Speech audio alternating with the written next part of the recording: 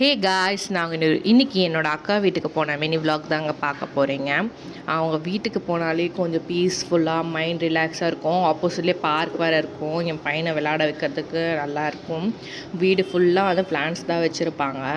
க்ரீனரியாக சூப்பராக இருக்கும் அங்கே வந்து நல்லாவே. அப்புறம் வந்து எனக்கு டைம் கிடச்சதுனால கொஞ்சம் பூலாம் பறித்தேன்.